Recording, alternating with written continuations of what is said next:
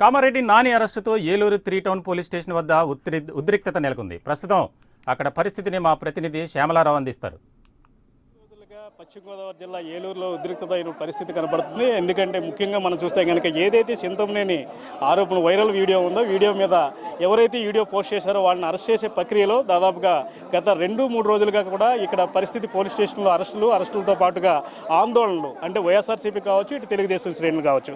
అయితే ఈరోజు ఎవరైతే నిన్న వివాహం చేసుకుని ఇవాళ ఆ పోస్టు ఏదైతే ఉందో ఆ పోస్టుకు సహకరించాడనే కారణం చేత కామారెడ్డి నాని అనే వ్యక్తిని అరెస్ట్ చేయడం జరిగింది. అయినప్పుడు మన ఈ పోలీసులు సమక్షంలో ఉన్నారు, వారిని అడిగి తెలుసుకుందాం. సార్ చెప్పండి, అసలు ఏం జరిగింది, ఏంటి? ఇది యాక్చువల్గా నిన్న నాకు దెందులూరు ఎస్ఐ గారు 4 సార్లు ఒక మధ్యవర్తితో ఫోన్ చేయించారు.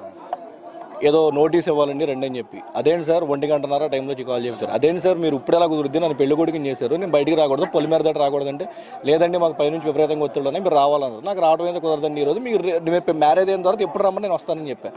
అయిపోయింది. తర్వాత మళ్ళీ నాకేం ఫోన్ చేయాలి.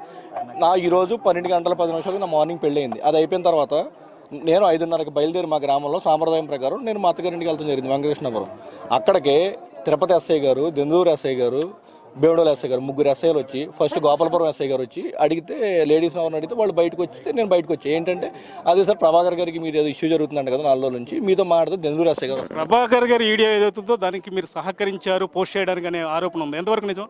సార్ ఇప్పుడు కారం శివాజీ గారు అని ఆయన ఈనాడులో ఈరోజు ఒక న్యూస్ వచ్చింది, కామిరెడ్డి నాని అనే అతను వీడియో చిత్రీకరించి బయటకు కుదరడని చెప్పి.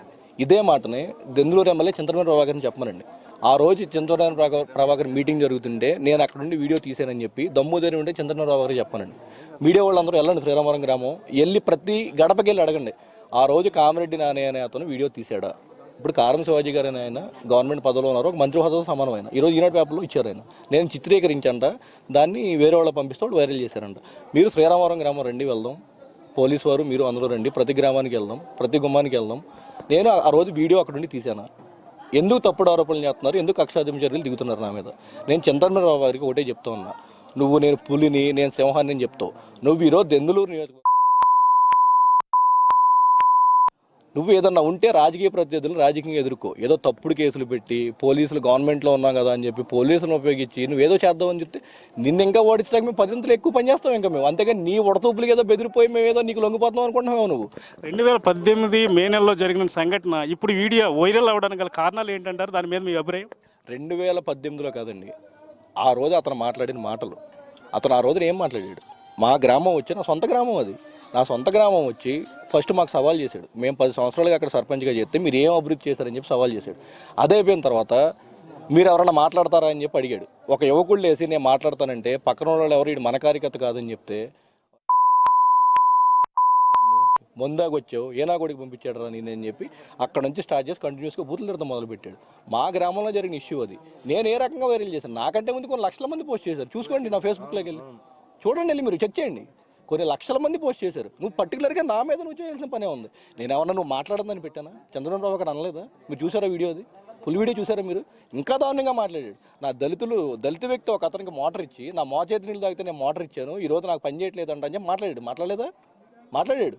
ఇప్పుడు వీడియో ఫుల్ అయినా ఏదైనా సరే అతను చేసిన వ్యాఖ్యలు చూడండి మీరు. మాట్లాడాడు ఖచ్చితంగా. అతను పోస్ట్ చేసిన వ్యక్తిని నేను అరెస్ట్ చేయడం, వదిలిపెట్టడం జరిగింది. ఇప్పుడు మళ్ళీ మీరు సహకరించారని అరెస్ట్ని ఏ విధంగా చూస్తారు? పెళ్లి కూడా నిన్న అవడం సార్, కేవలం నేను నియోజకవర్గ స్థాయిలో యాక్టివ్గా ఉంటున్నాను, చింతమనేని ప్రభాకర్ అరాచకాలను ఎండగడుతున్నాను జనంలో అని చెప్పి ఆయన నా మీద కక్ష కట్టి నిన్న చాలా ట్రై చేశాడు అరెస్ట్ చేద్దామని. ఇప్పుడు నేను ఒకటే చెప్తా ఉన్నానండి, నాది శ్రీరామవరం గ్రామం, దెందులూరు నియోజకవర్గ హెడ్ క్వార్టర్స్కి 7 కిలోమీటర్ల దూరంలో ఉంటుంది. నువ్వు రావచ్చు కదా, ఇంటికి వచ్చి అరెస్ట్ చేయొచ్చు కదా. ఎక్కడో వెంకటకృష్ణాపురంలో ఉన్న మా అత్తగారి ఇంటికి దెందులూరు ఎస్ఐ గారు రావడం ఏంటండి? మీరు ఏం చేద్దాం అనుకుంటున్నారు? మా గ్రామంలో ఉన్నప్పుడు అరెస్ట్ చేయొచ్చు కదా. చంద్రబాబు ప్రభాకర్కి దమ్ము లేదా? నిన్న వచ్చాడు మా గ్రామం. అరెస్ట్ని మీరు ఏ విధంగా ఖండిస్తారు? కేవలం రాజకీయంగా ఎదుర్కొనలేక ఏదో ఒక పార్టీ మీదకి తప్పు నెట్టేయాలి, ఒక పార్టీ వాళ్ళు చేస్తున్నారని చెప్పి చెప్పాలని చెప్పి ఒక తప్పుడు ప్రయత్నం ఇది. నేను దీన్ని తీవ్రంగా ఖండిస్తున్నా ఉన్నా.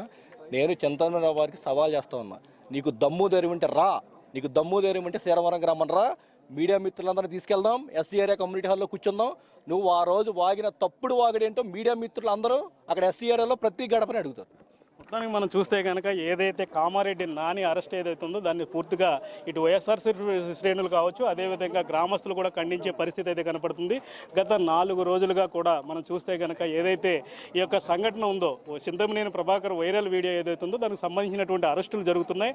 అయితే ఈ నేపథ్యంలోనే పోలీసులకు అంటే వైఎస్ఆర్సీపీ శ్రేణులు కావచ్చు, అలాగే వైఎస్ఆర్సీ నాయకులు కూడా పెద్ద ఎత్తున ఆందోళన కావచ్చు, అలాగే ధర్నాలు, అలాగే బైఠాయింపులు కూడా జరుగుతున్నటువంటి పరిస్థితి ఉంది. మొత్తానికి ఈ విషయం మీద పూర్తి స్థాయిలో ఈ యొక్క పోలీసులు కూడా అప్రమత్తంగా ఉన్నట్టు తెలుస్తుంది. మొత్తానికి ఈ వైఎస్ఆర్సీపీకి టీడీపీకి మధ్య ఈ వైవిధ్యం అయితే ప్రధానంగా చోటు చేసుకుందనే చెప్పాలి.